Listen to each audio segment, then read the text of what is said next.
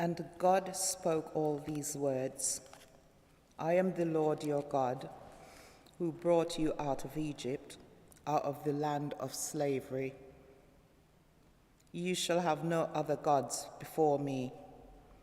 You shall not make for yourself an image in the form of anything in heaven above, or on earth beneath, or in the waters below.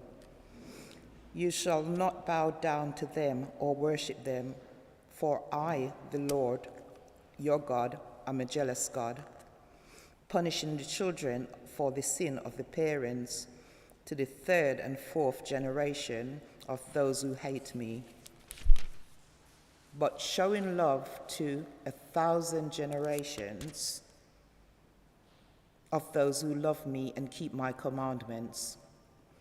You shall not misuse the name of the Lord your God, for the Lord will not hold anyone guiltless who misuses his name. Remember the Sabbath day by keeping it holy. 6 days you shall labor and do all your work, but the seventh day is a Sabbath to the Lord your God. On it you shall not do any work, neither you, nor your son or daughter, nor your male or female servant, nor your animals, nor your foreigner residing in your towns. For in 6 days the Lord made the heavens and the earth, the sea, and all that is in them, but he rested on the seventh day. Therefore the Lord blessed the Sabbath day and made it holy.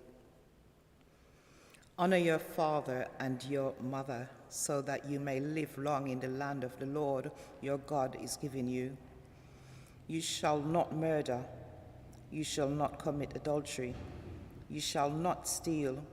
You shall not give false testimony against your neighbor. You shall not covet your neighbor's house. You shall not covet your neighbor's wife, or his male or female servant, his ox or donkey, or anything that belongs to your neighbor. When the people saw the thunder and lightning and heard the trumpet and saw the mountain in smoke, they trembled with fear. They stayed at a distance and said to Moses, "Speak to us yourself, and we will listen. But do not let God speak to us, or we will die." Moses said to the people, "Do not be afraid. God has come to test you, so that the fear of God will be with you to keep you from sinning." The people remained at a distance while Moses approached the thick darkness where God was. This is the word of the Lord. Thanks be to God.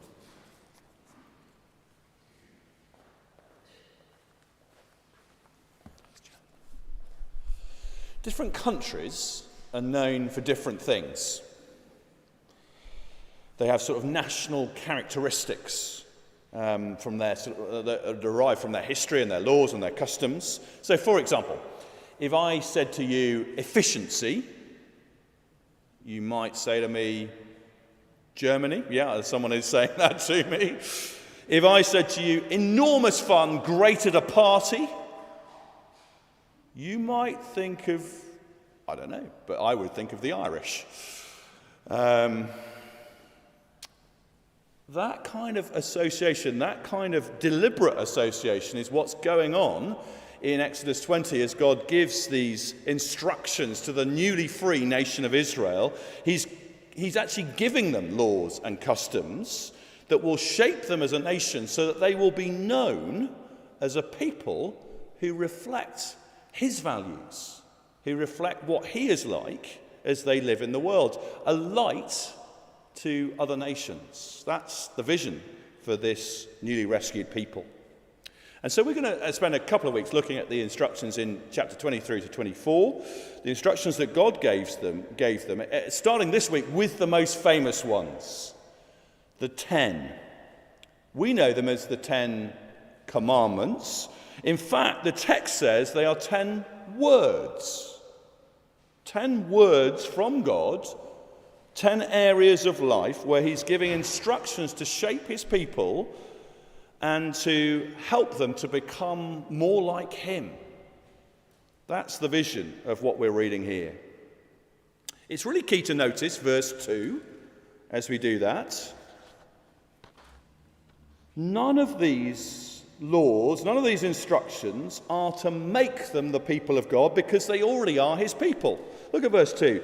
God is the one who has brought them out of Egypt, out of the land of slavery. Chapter 19, verse 4 has put it poetically. He's carried them on eagle's wings to himself. They already are his people. They're rescued. They are every man, woman, child who puts their faith in Jesus is. Rescued, a rescued people. That's what it is to know this God. He's a redeemer, he's a rescuer. These laws are not how you get into the people of God. They are what you do once you are one of the people of God, once you're rescued by him. And if you think about it, the Israelites had actually lived under all kinds of rules, arbitrary rules. They'd lived under harsh slavery, taskmasters, slave masters, telling them what to do. They had to make bricks for the construction projects, and then they were told harshly by Pharaoh, bricks without straw. They've had all kinds of rules imposed on them. And now they're free from that for living under God's rule, under the rule of someone who loves them, someone who's rescued them, someone who wants the best for them, someone who wants to shape their national life by these 10 words so that they fulfill their potential as human beings, so they fulfill their potential as a nation, so they are actually like him as they live in the world. We're going to look at the first 2 of the 10 today. Let me read again verses 3 to 6. You shall have no other gods before me. You shall not make for yourself an image in the form of anything in heaven above, or on the earth beneath, or in the waters below.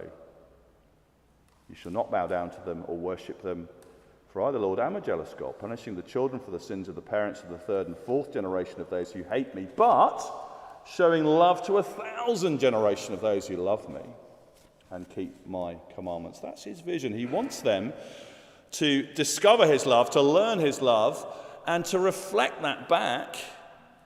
And he says, when it comes to this area of worship, don't worship anyone or anything else. No other gods, visible or invisible, would be a summary of it. Notice that these first 2 commands, they are negatives. You shall not. Elsewhere, God says the same thing positively. Hear, O Israel, the Lord our God is one Lord. Love the Lord your God with all your heart, with all your soul, with all your mind, and with all your strength. And you may recognize that quote from Deuteronomy because Jesus used it to say, well, if you want to summarize the law, that's where to start. And love your neighbor as yourself. We'll come to that next week in some of the things that we look at. But here in Exodus, it's negative because we need the negatives to make the boundaries clear. You see, it's really easy to be enthusiastic about a positive statement, but to have not really understood that, okay, it's a positive statement, but it stops somewhere. So let me give you an example. Worship God. And you go, yeah, all right, I'm up for that. I'll do a bit of that. And then someone else comes along and say, well, worship money. And you think, yeah, all right, I'll do a bit of that as well. Someone else comes along, well, worship Buddha. And you think, well, an extra god can't do any harm, can it? Worship a pop star or a film star or a sporting person. Well, why not? Everybody else does. If you just use the positives. But God says, you shall have no other gods but me. And there's a line all of a sudden, isn't there? The negatives make the positive clear. We are to worship God, but we're to worship no other God. And that's what it means to love God with all your heart, all your soul, all your mind, all your strength is no other. Just like in a good relationship, people get together and they are exclusive. And so it is that God calls us to, that's why actually God calls us to reflect that in our human relationships, in our romantic relationships. Because actually his desire is for a people who know him and he knows them. Well, I say that. What you may think as you read this, I was thinking of someone who might have joined us today. Is God's kind of motivation in saying this, you've got to be exclusive, you've got to worship me only, is it somehow sort of slightly suspect? Is he just a bit worried he's going to lose his market share to other brands of God? doesn't fit, does it, that kind of skeptical thought with the way God has been as we've read about him right through Exodus up until this point.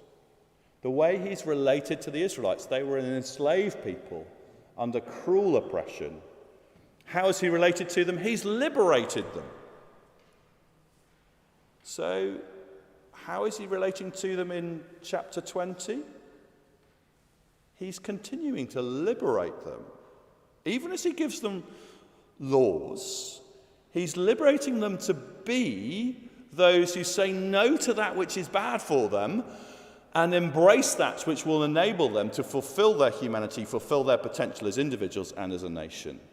And freeing them as well to not worship things that will distract and distort, but to worship him because he is the source of all that is beautiful and good, because he is our God. And so he is the only one we want to bow down to. So we all know what it is to experience beauty, don't we? To experience wonder. Perhaps it's you see, I was moving something outside the old sign, and I moved it out the way, and behind it was sheltering a moth, which with shut wings was just brown. But when it flew, it was this sort of brilliant kind of orange, and I wasn't chasing it, but it kind of moved a few times, and it was just this flash of orange. I was just struck. It was just extraordinary, this little tiny creature that I would have been undisturbed had I not been moving the sign. And just this brilliance. Or you get it with a flower, and you just sort of, this extraordinary, and the bud forms, and then this flower, and you get it with big things, don't you? These sort of landscapes or sunsets. If you're on holiday and you're kind of end of the day on the beach and the sun goes down and all the colours. And it's just wow. That sense of wonder. That sense of, wow, my breath's been taken away. Maybe when you watch sport, if you've been watching Wimbledon or any other sport, and just when people are at their absolute best, or music or a show, and it's just spine-tingling. That sense of wonder.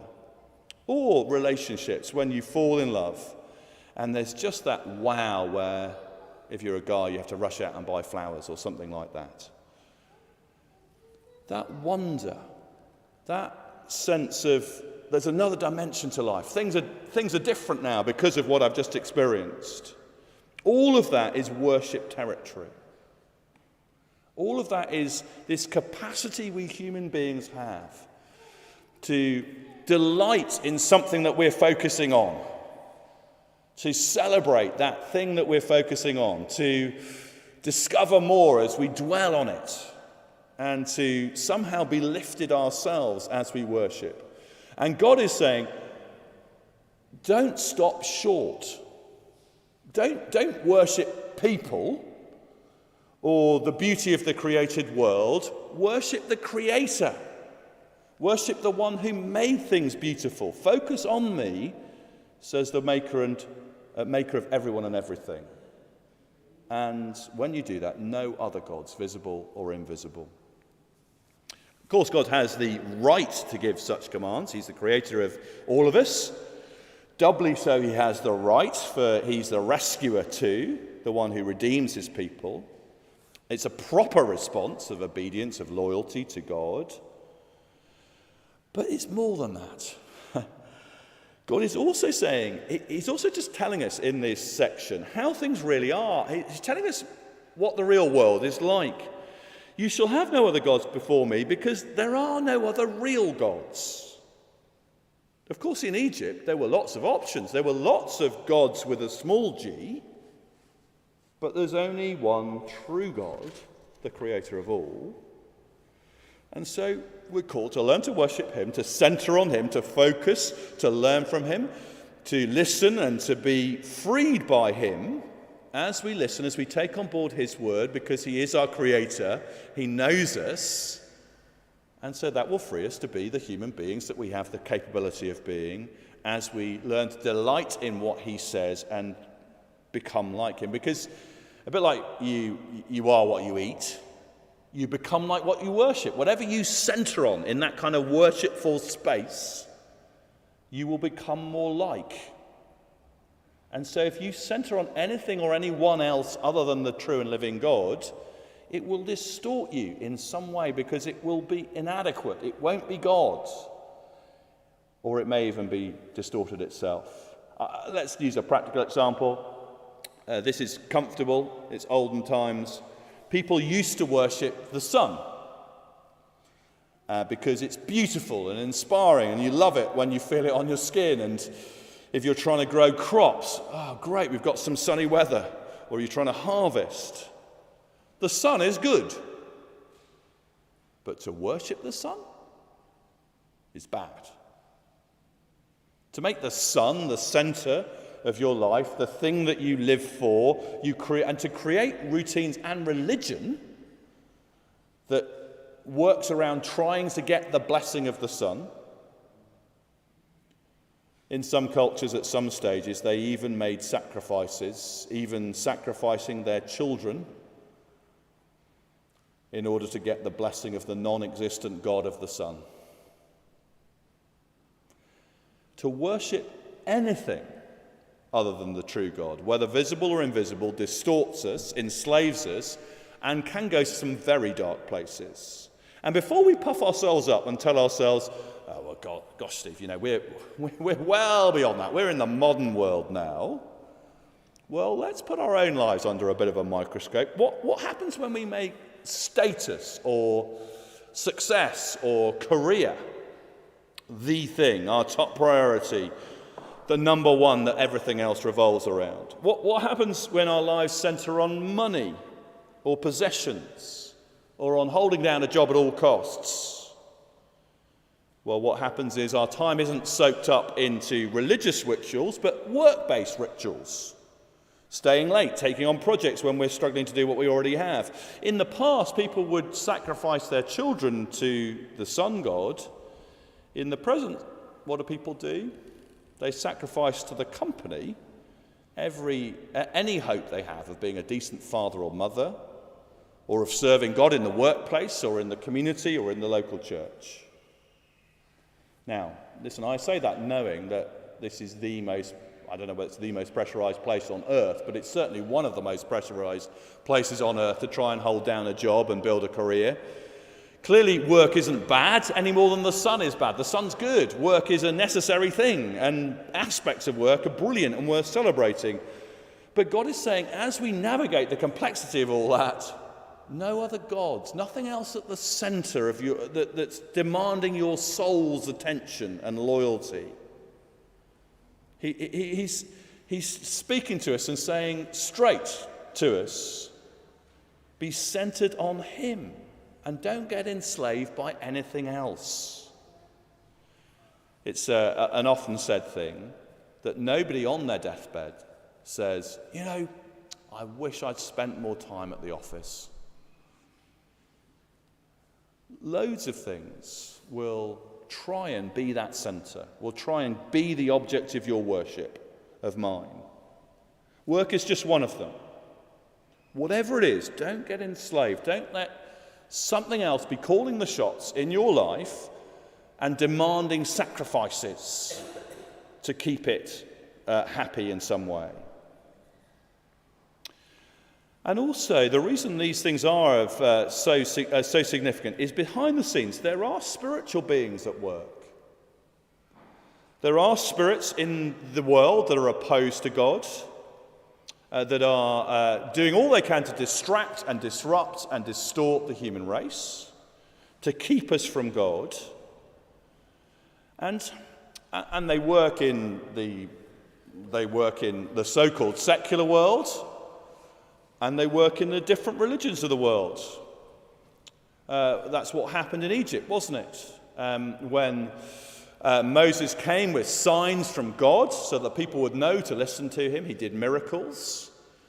And they had these magicians in Pharaoh's court. And the first three miracles, Moses did the miracle and the magicians did the miracle. How could they do that? Because there is spiritual power in the other religions of the world. These spiritual beings opposed to God, trying to distort and distract humans from the one true God, will use that power in any way they can to achieve that end of keeping us from the living God. And what happened was they copied the miracles. They were able to do that until the third plague. And they tried and they failed. And they, the magicians, realized what was going on. And they said to Pharaoh, Pharaoh, this is the finger of God. And they knew the difference, these, whatever they were, magicians. They were used to communing with spirits and channeling power, but then they met the real God, and they knew the difference. And sadly, Pharaoh, there had to be 7 more plagues, including the horrendous final plague, before Pharaoh would let God's people go. But it can be anything. It can be anything. It can be religious. It can be irreligious. It's anything. If you love anything more than God, even though you believe in God, if there's anything in your life that is more important to your sense of significance, to your sense of security, to your sense of what really satisfies your soul, anything other than God has already become an idol for you or will do. A kind of substitute God, a power in your life that sooner or later will say, serve me. Serve me or die. That's what Pharaoh said to the Israelites. And that's what I try to describe when a job takes over in someone's life. You've just got to keep on pumping it in, keep on making the sacrifices. And you get to the end and you say, what was that all about? Whatever it is, any God substitute is not worth worshipping. No matter how innocent, no matter how inspiring even it seems. After all, the devil masquerades as an angel of light, we're told. Any God substitute will seek to enslave you, to put you in bondage service, to dehumanize you, and ruin your relationship with the living God. And that also applies to the number one idol in 21st century Britain. You know what that is? The number one idol? It's emerging particularly for the younger generations. It's ourselves. It's the cult of me. That I'm the one who decides what's right and wrong. I'm the one who defines my identity. I'm the one who creates my own meaning and my destiny. That's the cult of me, isn't it? And no one, well, I say no one quite puts it that brashly. I think people are starting to put it roughly that brashly. And that idea that we decide, that we choose, that we're in charge, let me put it in different words. We're saying, I'm the creator and sustainer of me. And so rather than worshipping the real creator, the real sustainer of everything, we substitute ourselves or some sort of imagined versions of ourselves that are kind of absolute greatest. And might that not be the reason why there are cracks all over our culture, all over our society, people really labouring under the burden of life?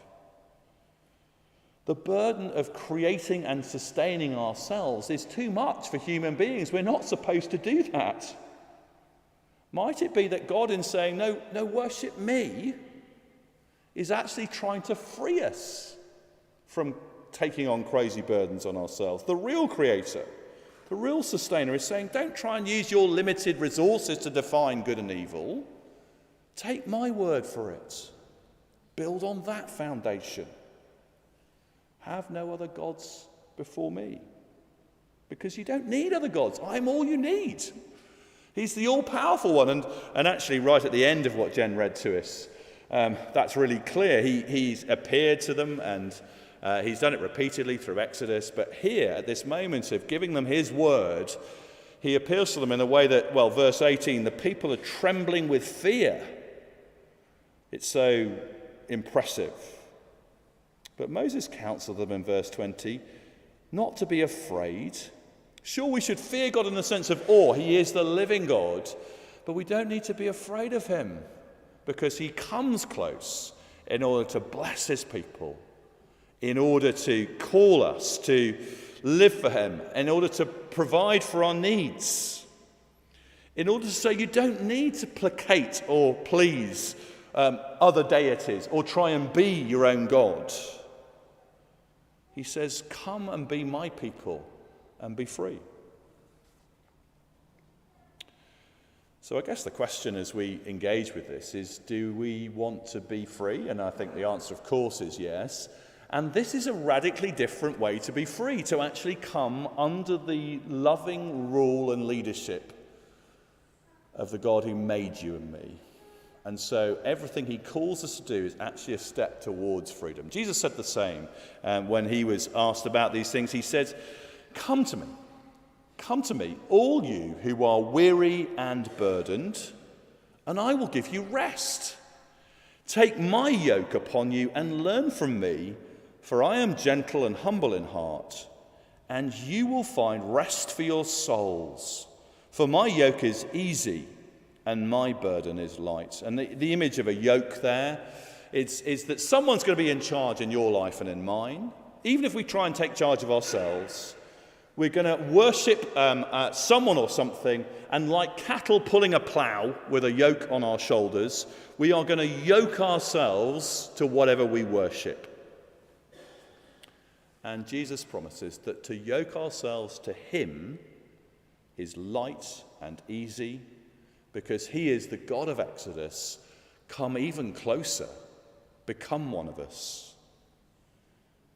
And then, as we know, dying for us to win the ultimate victory, not over Pharaoh, but over sin and death and hell. And so for everyone who puts their faith in Jesus, the freedom is the beginning of the journey into the ultimate freedom of being with him forever in the new creation. And it's a freedom from all of those things, from sin and death and hell and from slavery to them, to be one of his people. And it's rest for our souls. That's how we get in to become the people of God. And then once we're in, we respond by taking Jesus' words to heart, by having his words as the foundation that we build on as we make decisions in our lives. Our worship starts with listening to him and then responding, loving and worshipping the Lord our God with all that we are in all of life, with heart and soul and mind and strength.